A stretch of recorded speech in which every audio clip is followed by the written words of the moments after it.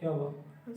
Okay, so start करते हैं। सो topic का नाम है बेसिकली हम लोग का टाइम मैनेजमेंट और बुक कीपिंग। अकाउंट्स में हम लोग टाइम मैनेजमेंट किस तरह से करेंगे। हमारा जो बोर्ड पेपर है उसमें नए पेपर पैटर्न, अभी तक जो पहला पेपर पैटर्न था थोड़ा सा अलग था, बट अभी जो लेटेस्ट है, जो आने वाला है, या अभी जो 2023 के लिए आपको टाइम मैनेजमेंट कैसे करना है उसका पेपर पैटर्न भी देखेंगे, और उसके अलावा उसके सबसे टाइम मैनेजमेंट, क्योंकि कई लोगों का ये सवाल होता है कि मेरा टाइम पे पेपर कंप्लीट नहीं होता, मैं टैली नहीं कर पाता कम टाइम की वजह से। सो सबसे इंपॉर्टेंट है टाइम मैनेजमेंट आपका जितना बढ़िया होगा उतना आपका पेपर कंप्लीट होगा, क्योंकि 3 घंटे का पेपर है और टाइम भी आपका कैसे 3 PM टू 6 PM। सो पहला सबसे इंपॉर्टेंट पार्ट क्या है आपका ऑब्जेक्टिव। पहला जो क्वेश्चन नंबर 1 है वो किसके लिए होगा? ऑब्जेक्टिव। ऑब्जेक्टिव में क्या पूछा जाएगा? From the following types of सब क्वेश्चन एनी फोर, ये जो वैरायटी दी है उसमें से कितने पूछेंगे? 4 कोई भी पूछ सकते हैं। जैसे select the correct options, give one word, state true false, true और फॉल्स विद रीजन पूछ सकते हैं, find odd one, complete the sentence, answer one sentence, do you agree और डिसएग्री, कैलकुलेट द फॉलोइंग, आपको कुछ कैलकुलेशन दे सकते हैं जैसे रेशियो निकालो, है ना, रेट्स निकालो, सो ये भी दे सकते हैं। देन आगे specimen of bills of exchange, bills of exchange का specimen format, drawer drawee ticket की तरह वो बनाते हैं, वो स्पेसिमेन पूछ सकते हैं, या कंप्लीट द टेबल, टेबल भी आपको कंप्लीट करके बोल सकते हैं। तो ये कितने मार्क के लिए होगा? 5 मार्क ईच। इसमें से कोई भी 4 पूछेंगे तो कितने मार्क के लिए होंगे? 5 मार्क्स में आपको पूछेंगे। ये filling the blanks, one word, match the column, ये कुछ भी वैरायटी में पूछ सकते हैं। अब यहाँ पे टाइम मैनेजमेंट कैसे देना है? आपका पेपर 3 बजे आपको मिल रहा है, तो 3 से लेके 3:20 तक हम लोग कितने देंगे? 20 मार्क्स के लिए 20 मिनट्स, मतलब एक क्वेश्चन को कितना देंगे? 1 मिनट। वैसे यहाँ पे एक क्वेश्चन मतलब जैसे सिलेक्ट द करेक्ट ऑप्शन है तो उसके लिए कितना होगा? 5 मिनट्स। समझो, गिव वन वर्ड आया तो उसको कितना देंगे? 5 मिनट्स। कंप्लीट द सेंटेंस आया तो 5 मिनट्स, मतलब आंसरिंग वन सेंटेंस भी आया तो 5 मिनट। 20 मिनट्स में ऑब्जेक्टिव कंप्लीट हो जानी चाहिए। 20 मिनट्स में आपके ऑब्जेक्टिव कंप्लीट होंगे तो आपको बाकी पेपर करने में आसानी होगी। और यहां से क्वेश्चन नंबर 2 से आपका क्या चालू होता है? Practical problem. नॉर्मली पहला जो पेपर पैटर्न था वहां पे एडमिशन पूछा जाता था, एडमिशन और रिटायरमेंट पूछा जाता था। सेम यहाँ पे admission of partner, retirement of partner, या तो डिसॉल्यूशन ऑफ पार्टनरशिप या बिल्स ऑफ एक्सचेंज, इसमें से ये चारों में से एनी वन पूछा जाएगा। कितने मार्क्स के लिए?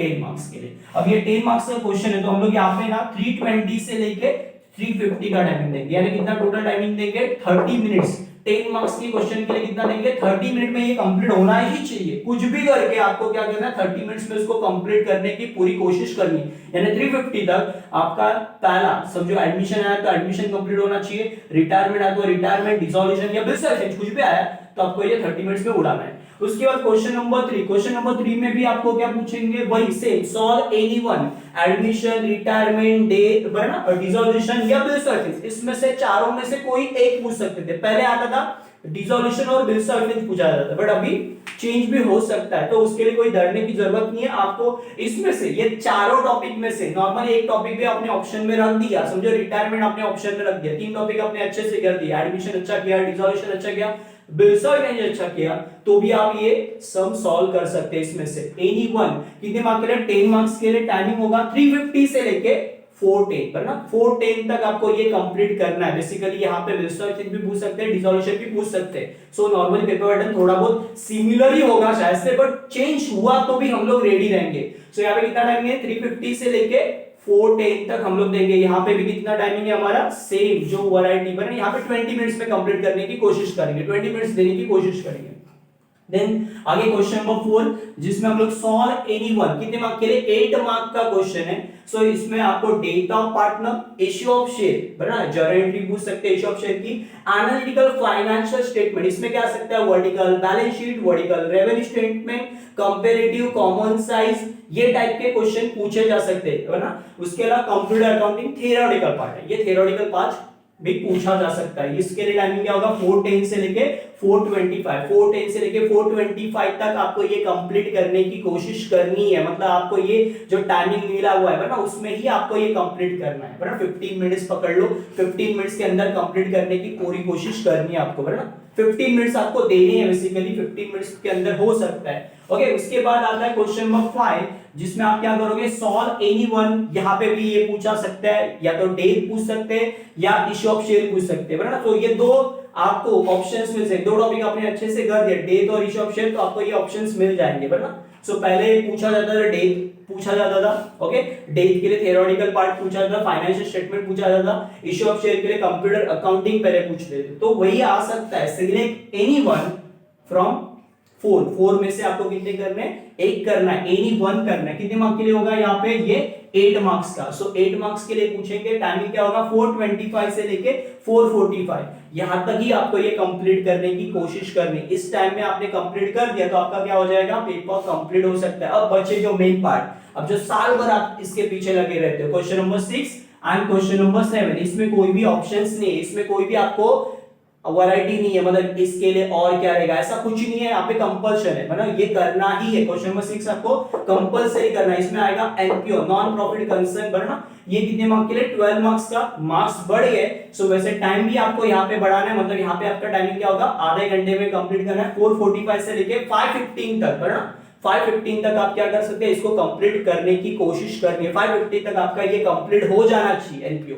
देन बचा हुआ जो टाइमिंग रहेगा वो आपका फेवरेट टॉपिक पर ना, फाइनल अकाउंट, जो आप 11 से करते आए पार्टनरशिप फाइनल अकाउंट का आप क्या करोगे, 12 मार्क्स का क्वेश्चन करोगे। टाइमिंग होगा 550 से लेके 545, यहां तक कंप्लीट होना चाहिए। आपके हाथ में बना लास्ट में 15 मिनट्स बचने चाहिए, कोशिश करनी है 15 मिनट्स। अब ये 15 मिनट्स में से भी 10 मिनट्स आप कर सकते हो, वरना 5 मिनट्स आप आगे पीछे यहाँ पे जिधर कम लग सकता है वहां पे आप एडजस्ट कर सकते हैं। नॉट नेसेसरी कि 15 मिनट्स ही आपके पास बचेंगे, 10 मिनट तो कम से कम बचाने आपको, जिसमें आप क्या कर सकते हो, पेपर को रिव्यू कर सकते हो, पेपर चेक कर सकते हो, कोई प्रेजेंटेशंस करना है, कोई अंडरलाइन करना है, कोई कैलकुलेशन छूट गया है, कोई एडजस्टमेंट छूट गई है, टैली नहीं हो रहा है, तो वहां पे आप जोर लगा सकते हैं। सबसे इंपॉर्टेंट टिप्स मैं ये दूंगा कि सबसे इंपॉर्टेंट ये है कि क्वेश्चन आपका टैली नहीं हुआ। कई लोगों का एक माइंडसेट होता है, क्वेश्चन टैली नहीं हुआ तो उसके ही पीछे लगते, जब तक टैली नहीं होगा तब तक आगे नहीं बढ़ते। ये करना नहीं, ये सबसे बड़ी गलती है। कई लोग क्या करते हैं, इसके वजह से पेपर कंप्लीट भी नहीं होता। टाइम पे कंप्लीट पेपर होना बहुत जरूरी है। क्यों मैटर करता है, क्योंकि आपने उसके पीछे लगे, एक समझो फॉर एग्जांपल एडमिशन का आपका सम टैली नहीं हो रहा है और आप उसी के पीछे बराबर आधा घंटा उसके ऊपर एक्स्ट्रा मिनट 10-15 मिनट एक्स्ट्रा दे रहे हो उसको, सो क्या होगा, आगे का जो पेपर है वो कंप्लीट नहीं होगा। सो इसीलिए ठीक रहना, नहीं हो रहा है वहां पे छोड़ दो, बचे हुए जो लास्ट 15 मिनट है उसमें आपको क्या करना है, ट्राई करना है, उसको सॉल्व करने की कोशिश करना है। टाली होता है तो बढ़िया है, नहीं हो रहा है तो छोड़ देना है। इतनी ज्यादा टेंशन नहीं लेनी, क्योंकि बाकी का पेपर बहुत मैटर करता है ना। सो मैं बोलूंगा यहाँ पे इस तरह से भी कर सकते हैं। और एक सबसे इंपॉर्टेंट चीज है कि यहाँ पे हम लोग ना थोड़ा उल्टा भी कर सकते हैं। कई लोग क्वेश्चंस क्या करते हैं, यहाँ पे डायरेक्टली ऑब्जेक्टिव है, फाइनल अकाउंट भी सॉल्व कर सकते हैं। फाइनल अकाउंट सॉल्व कर दिया तो सबसे इंपॉर्टेंट क्या होगा, आपका जो बड़ा प्रेशर है वो पहले ही आप कवर कर लोगे। कई लोग क्या करते हैं, उल्टा भी पेपर सॉल्व करते हैं। नॉट नेसेसरी एडमिशन, ऐसे सीक्वेंस वाइज जाने की जरूरत नहीं। आपको जो आता है, मेरे हिसाब से आपको जो अच्छा लगता है और आप जिसमें मास्टर हो, आपको लग रहा है ये क्वेश्चन मैं जल्दी कर सकता हूँ। देखो एग्जाम में पेपर सॉल्व करते सबसे इंपॉर्टेंट ये चीज होती है